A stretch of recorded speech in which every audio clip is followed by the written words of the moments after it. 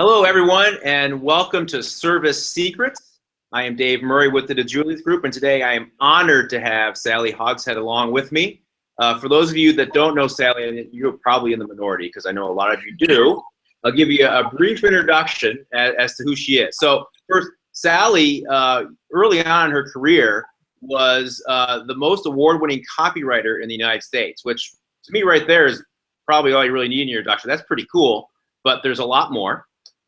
She also, in 2015, was named one of the top 10 brand gurus in the world. That's pretty cool, too. And she's also has been featured as one of the top 5 speakers in the U.S. She has also authored 2 books, Fascinate, How to Make Your Brand Impossible to Resist, which I know a lot of our audience is very interested in. And also how the world sees you. And we'll be talking about both of those works a little bit in our conversation today. And the other thing about her fascination, there's a whole system built around it that we'll also talk about. And there's a lot of organizations out there, small businesses, large corporations that use that in their everyday decision making, which we'll get into. And then the last note I have on my introduction, which to me is the coolest, is that she is a member of the Speaker Hall of Fame, which is no easy feat. So congratulations on that, Sally, and thanks for being here. Thank you. You know what, I've got to say, I am so excited to be able to be part of the Secret Service Summit. My whole team is super psyched. I can't wait to get to know the people who are going to be participants and show them new ways to make their brand fascinating. Well, we are excited to have you, and you've probably heard this already from speaking with other speakers, especially since the National Speaker Association Conference was just this past week. We definitely deliver a different type of conference. We have people that come that 100% want to be there, 100% want to learn, 100% want to get better. No one's dragged there, that's for sure. And so they will be ready to really gobble up any information that you are sharing with them. Fantastic, and I'm ready to gobble up from the other speakers too to be able to learn more about how to make brands fascinating. Absolutely. So let me start with my first question I thought of for you, because when I look back at your career and all that you have accomplished, so many things, my first question was, how did you go from a copywriter, not just a copywriter, but a very good copywriter, award-winning copywriter? How did you take that from doing a job really well and what you were doing and take that to become author and everything else you've done with your career? In advertising, I was a creative director, copywriter, and that means that my job was to identify what is the most captivating piece of information or emotion about a product, and how do you turn that into an advertising campaign, a TV commercial, customer service, any other way that the brand can interact with the consumer. And what I loved most was being able to find one glittering nugget about a brand that if you describe it in the right way, people find that impossible to resist. And here's a principle that I learned early on in my career. Every brand has a choice. You can either have the biggest budget in your industry, or you can be the most fascinating. In other words, if you've got the biggest budget, you can continue to spend as much money as you want on awareness, on growth. You can compete on the basis of price because you already have the biggest marketing budget.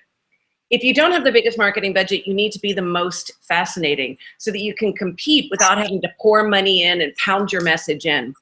So after a decade in advertising, I decided that I wanted to talk directly to brands and to people instead of speaking through them as a copywriter. And I found this awesome piece of research. The word fascinate is one of the oldest words in written language. It means to bewitch or hold captive so your listener is powerless to resist.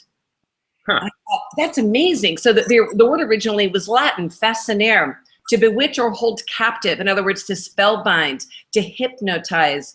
Almost like when you're spellbound by an idea, when you're infatuated with somebody, when you fall in love with a brand or a product, you're fascinated. So what I began to learn was that the concept of fascination is consistent throughout time, across cultures, around the globe, from Mesopotamia, Constantinople, the Middle Ages. Salem witch trials were not about witchcraft. They were about fascination, to spellbind or hold someone captive. And I began researching this concept. And what I found is, just as in advertising, you can make a product more valuable by creating a fascinating experience. The same is true for us as individuals, that when we understand how to make ourselves impossible to resist, we can raise our fees, we become more influential, more respected, and more admired within any group. So over the last 10 years, I've measured 1 million people to learn how does a brand use these factors of fascination, and how can we as individuals use them too in our communication. Wow, that's very, very interesting. Now let's jump ahead, because that's a great segue to your fascination assessment. And one of the really cool things about the Secret Service Summit this year, and you being there, is that all of our attendees have the opportunity to take an assessment in advance, and we'll be giving them some information on how to do that. We're going to share it today, but then also when you receive your final confirmation, that information will be in there as well. And you get to take this test and really learn a little more about yourself. Can you take us through that process? Sure. Well, we've all done assessments before, like StrengthsFinder, Myers-Briggs, DISC. You've done these, Dave, I assume, these types of personality assessments. I have. Well, these assessments are great, but what they're measuring is how you see the world. In other words, looking through your eyes out at the world, how do you see the world? These assessments are based on psychology. With my background in advertising, I realized that there's a big missing piece of the puzzle, which is not how you see the world, but the opposite. How does the world see you? How does the world see you at your best? So imagine you're going into an important meeting. Which is more important, how you see your client or how the client sees you? Do you want to know how you see your consumer, or do you want to know how your consumer sees you? So by building on the principles of branding, I drew upon my experience with clients like Mini Cooper, Coca-Cola, Nike, Target, and I applied all the principles of a focus group, which is, how do you ask questions that give you information that allow you to have a stronger, more compelling message?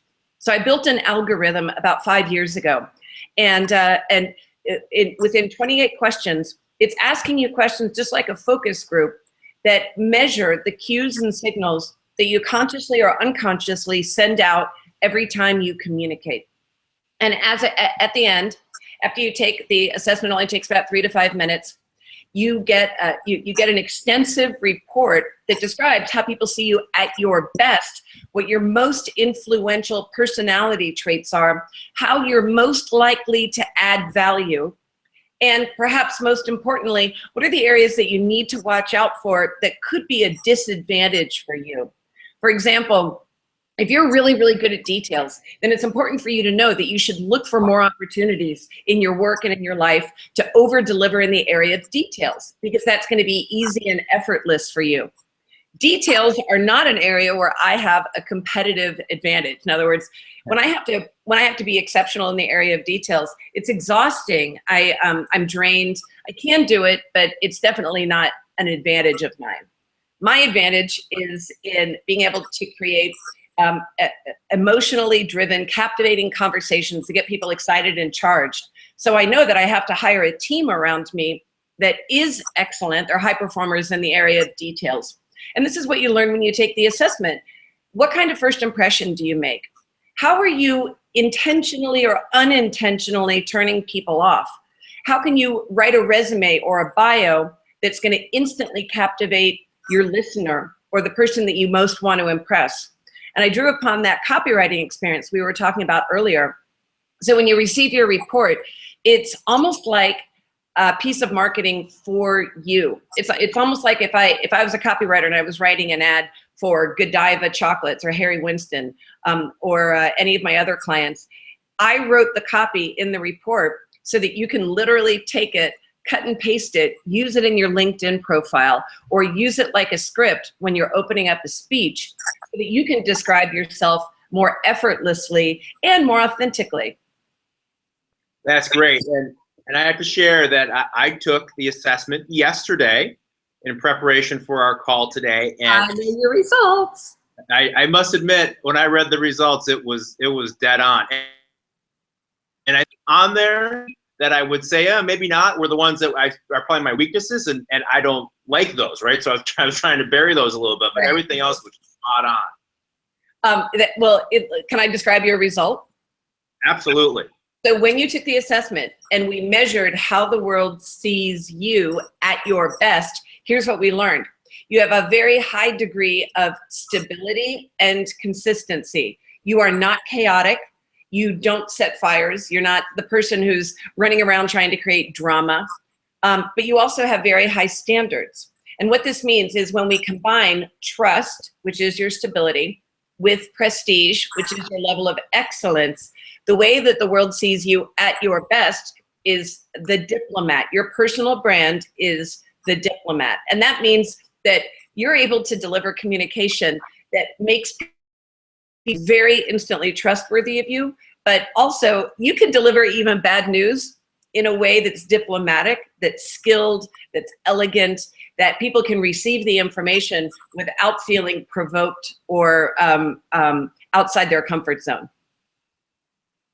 And it's so spot on. I look at my career today and what I'm doing here at the DeJulius Group, where I deliver keynotes, but I spend most of my time, Sally, as you know, overseeing workshops, right? And bringing groups to consensus, and sometimes fighting the fight over wordsmithing and ideas. And I think that's one of my strengths, and that really reinforces why I'm doing what I'm doing. Now, if you and I were working together, we have different advantages, and that's really important on a team. You don't want a team that has that people are redundant. Great teams are not built on similarities. They're built on diversity of communication. And what we found when we studied the high performers inside of Fortune 100 companies, entrepreneurial startups, companies like Twitter and GE and AT&T, we found that the high performers have a specialty in the way they communicate. So instead of being all things to all people, what the high performers are doing differently are two things. First of all, they have a communication specialty that their team knows about them.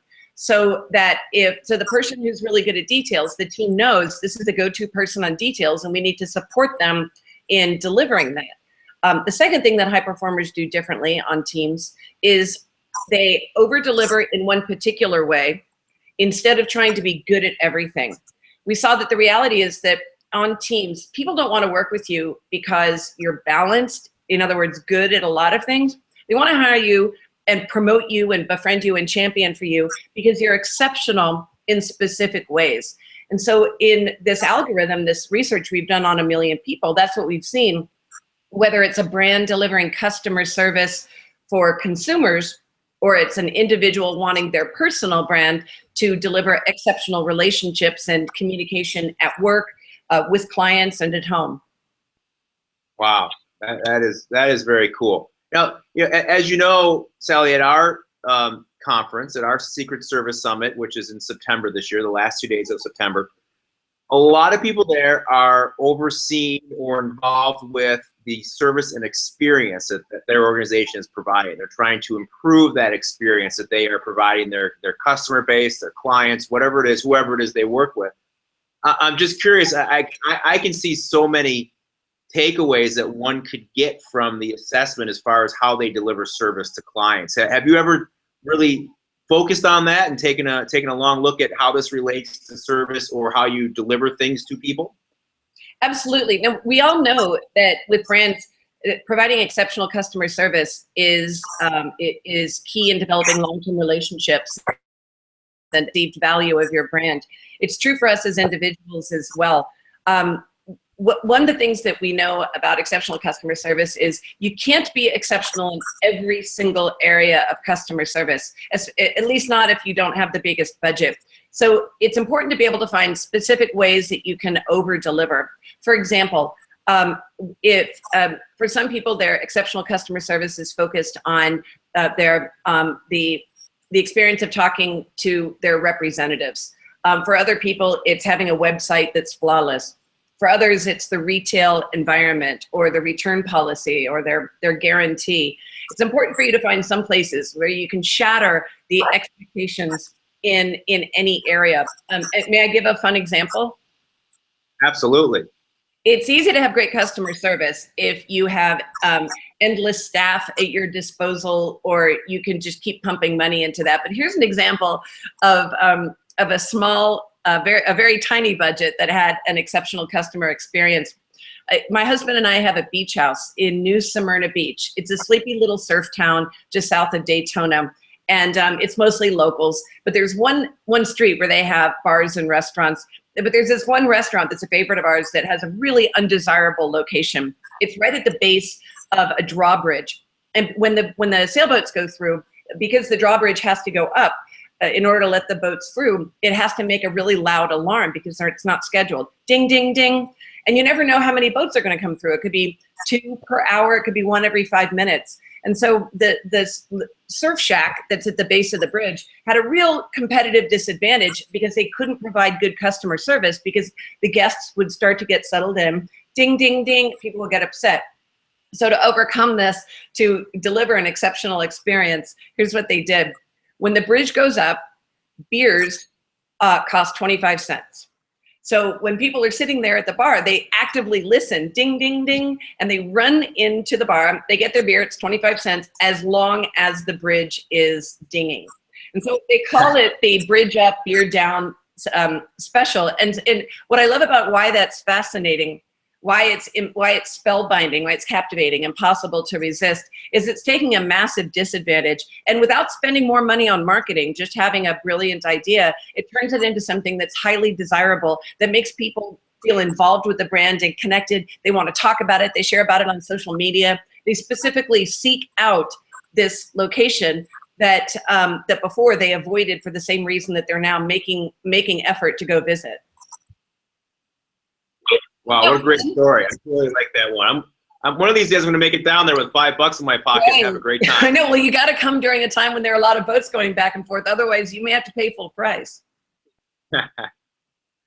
So, Sally, another question I have for you is in regards to your Fascinate system. I'm curious if you can share with our viewers how companies, big and small, put those systems into place and use them within their organization. Sure.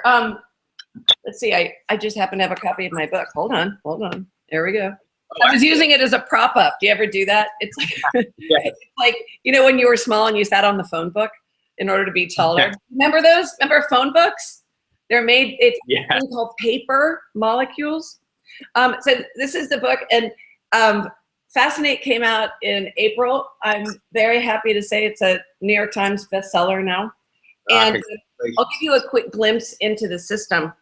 I know that you can't read it, but this will at least allow you to kind of visually, when I say system, I'm not talking about a theoretical system. It's a mathematical way of measuring how people see your personal brand and your company brand. And here's what this looks like. What I'm showing you is there's 7 different ways that brands fascinate. I call them advantages. So some brands like Google has the power advantage. Tesla has the power advantage. Power advantage is about confidence, being a bold leader in the marketplace. Other brands, like my former clients, Godiva and Harry Winston, have the prestige advantage. They can charge the highest possible prices for products that in many instances are a commodity. So what I'm going to teach at Secret Service Summit is showing people that you don't have to necessarily have a high-end advertising agency or even an internal marketing team in order to come up with fascinating ideas, as long as you have a system. And what I did is, in creating this system, I took my decade of copywriting experience working inside and around the world's greatest brands, and I distilled it down into an algorithm that you can almost think of like a hack. You know, Dave, you've heard of, there are growth hacks, there are life hacks. This is sort of a branding hack. Imagine instead of going through the entire market research process, instead of having big, complicated team meetings, I can help get you about 50% of the way there in about an hour. Now, I'm very happy to say the system is outlined in my book, Fascinate, and thanks to your team and to you, we're making it possible that we have a big box of books that's going to be coming to the conference that I have the honor of signing and sharing with people. So I'll be able to show that brand hack so that instead of waiting in the long line, you can cut to the end. Hey, Dave, have you been to Disney World or Universal Studios? I have, yes. Now, you know how sometimes the line is an hour and a half long for some of the top rides? Absolutely. I live in Orlando. And like you and I were saying earlier, my husband and I are a blended family. We have 8 kids together. So I have served my time at Disney and Universal. But one of the things we love is the Fast Pass. Do you remember what a Fast Pass does? I've used that before, absolutely. And so the Fast Pass takes you from waiting in the entire line to jumping you right at the front. So you might have a little bit of waiting, but basically you can get all the good part without the annoyance of waiting in the line. And that's how I see a branding hack.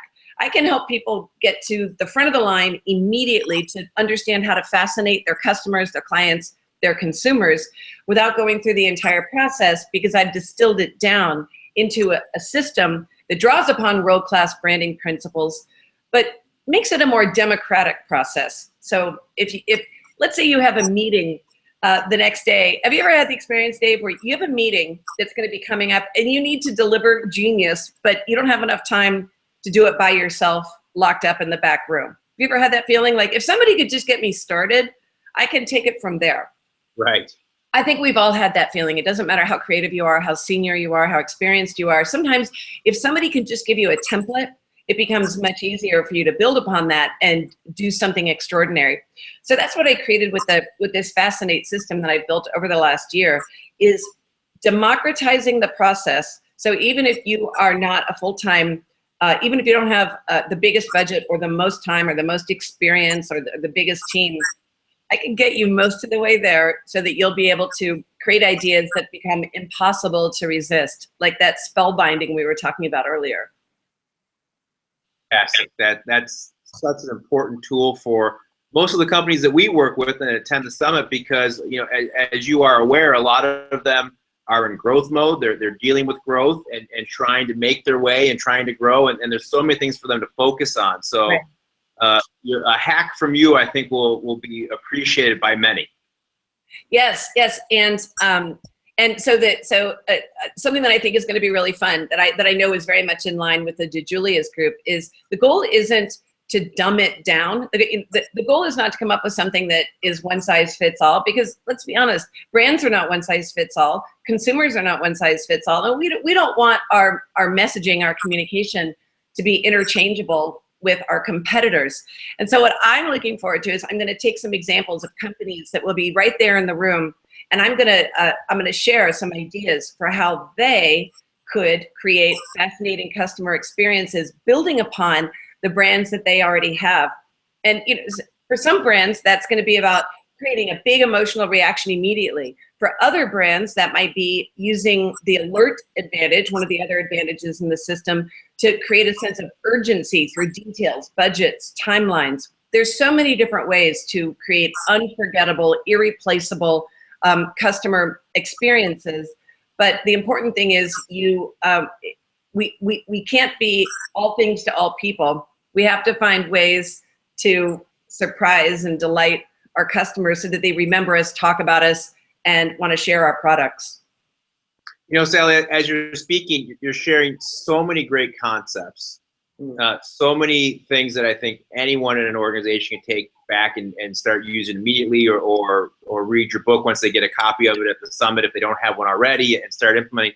But I'm curious, so when you're out there speaking, and you speak a lot, you're on the road speaking to audiences all the time. When you go on the platform, are there one or two things that you really hope your audience takes away from your message? Yeah, absolutely. Thank you for asking. I mean, my favorite concept that I have that I've really been digging deeply into recently is different is better than better. And let me describe what I mean. For the classic way of thinking about marketing is, how do we position ourselves as being better than our competitors? So the problem is that we start to get into this unwinnable race where, oh, our result is 0.025% better than your result, or our quality is qualitier than yours. And the problem is that what ends up happening when we compete, soft drinks, our brand is more delicious. Shoes are more comfortable. The problem is that then all we're doing is reinforcing our competitors' messages. We're just putting out messages for the sake of messages, and that's really the quickest way to become a commodity. And once your brand is a commodity, then you have to start competing on price. Once you're competing on price, there's no loyalty when it comes to price. The only way there's loyalty is that you're delivering something differently than everybody else. And so it's good to be better, but it's better to be different. And the more you can differentiate your product, the more you become irreplaceable, and you don't have to compete on the basis of price. You don't have to try to outdo your competitors at their own game. And to give you an example, here at my house, we're very into family. We love having family over. This weekend, we're hosting a wedding shower for our oldest son, Ian, and his parents were just here. And of course, I serve ice cream, because what's better on a hot summer day? Well, we always keep vanilla ice cream in the refrigerator because everybody likes vanilla. But vanilla is kind of the lowest common denominator of ice cream, right? Everyone likes vanilla, but people won't fall on a sword for vanilla. On the other hand, a couple of us in the family really love pistachio ice cream. Now, pistachio ice cream is very different than vanilla ice cream because pistachio is a little bit polarizing. But the people who love pistachio love pistachio. People who love vanilla, they don't get feisty about it the way pistachio lovers do. And the same is true for us as brands. If your brand is delivering vanilla, you're going to have to work really hard, spend more money, because your message is going to be watered down. And you're kind of being all things to all people. On the other hand, if you can find the pistachio within your brand, in other words, find a way in which you're different, they're not trying to please everybody, but you're getting these raving fans who will do anything to buy your product and continue the relationship with you. It's going to be a lot easier for you to grow, for you to deliver value, for you to be memorable. But the key to that is not being better, it's being different. So to answer your question, one thing I would be reinforcing when we're together at Secret Service Summit is instead of trying to outdo your competition, find a way to outthink them. Different is better than better. And any kind of ice cream is always good. Right.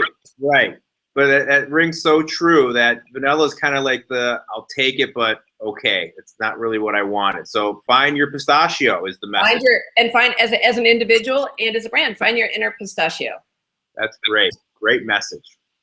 So we should probably share the link, right? Because we're gonna send it out when we send out the final confirmation to attendees for the summit. But we have it now, so if people are excited from watching this and they want to go on and find out more about themselves and how the world sees them, they can do that right now, right? Well, a word that we both love is secret. So this is we're giving away a secret early so people can do it now. Here's the code. Go online to howtofascinate.com/you. howtofascinate.com/you. And it's going to ask you for your secret code. And by using this code, you will not be paying the regular $47. And the code is SSS16. Secret Service Summit, and then the number 16. SSS16, all one word. And you'll immediately go to the front of the line. You'll get your fast pass. So you'll take the assessment about your personal brand. Based on the algorithm, it will tell you how the world sees you at your best. And it'll give you the adjectives that you should be using in your LinkedIn profile, in your introductions, that describe how others describe you at your top area of performance. What a great tool. And I took mine yesterday, as we already talked about. I haven't been able to completely dig into it. I am thinking about going for a government job, though, based on the findings. Don't leave the DeJulius group. They'd be mad at me. But I can't wait to dig into it even deeper, because it comes with so much great information that you send out immediately after you take the test with the results. It's fantastic. And my recommendation is it's a 15-page report. It's quite comprehensive. But there's one thing, if you only have time to do one thing in the report, here's what I recommend. There are 42 different types of personal brands. You are the diplomat, I'm the catalyst, etc. But I recorded a video for each of those 42. Each one is 2 minutes long. And I wrote it exactly like a TV commercial for you. So imagine, Dave, imagine I did a focus group on you where I brought together all your greatest evangelists, the college professor who loved you, the coworkers who adore you. And I asked them to describe you at your best. And then I took all that language and I wrote a commercial for you. You can literally take what I have in the report, in that video, just put it in first person. So instead of you are consistent and you deliver high level results, you can use that language, plagiarizing it even, I don't mind. And then you can describe it for yourself. And then you literally can just take that, put it into any piece of self-marketing that you need to describe who you are at your best. And it gives you that jump start that allows you to feel like you're not tooting your own horn, but you're describing yourself and your highest value. That's so important too. You're providing such great information, but also how to use it, which is that Kickstart that you talked about before. A lot of times people need that. They just need to know where to begin, and once they get rolling, off they go. Right, exactly. You know, I mean, I've been a writer my whole life, and I still freeze up when I have to write my Twitter bio, or I have to figure out how to introduce myself when I'm writing an article. Do you feel that too? That I do. Like I type, delete. So by somebody just giving you the starter words, then you can build the rest of it more easily. Well, Sally, thank you so much for taking the time to join us today. I know that I am excited to see you in Cleveland at the Secret Service Summit in September. I know that so many of our attendees are. I got to tell you, I talk to a lot of people, a lot of our clients when I'm out and about seeing them, and we have a little poster of all the attendees or all the speakers coming to the summit. Everyone sees, ooh, Sally Hogshead. Oh, it awesome. always it's an eyebrow. Ooh. Well, good. I'm glad I'm glad I'm not holding us back on this. You know, John and I have been trying to do this for a long time, so I am thrilled that we are able to join forces this year. And I encourage anybody who's at the summit to come and introduce themselves to me, because I'm going to be taking some extra time just to experience the summit myself, because we can all up our game by learning from the DeJulius group and getting some of those secret little insider ideas and inspirations that you and the rest of the team have. Well, thank you so much. Again, we're so excited to have you in Cleveland this September, and I can't wait to see you then. Okay, great. Thank you, Dave. Thank you, Sally. Talk to you soon.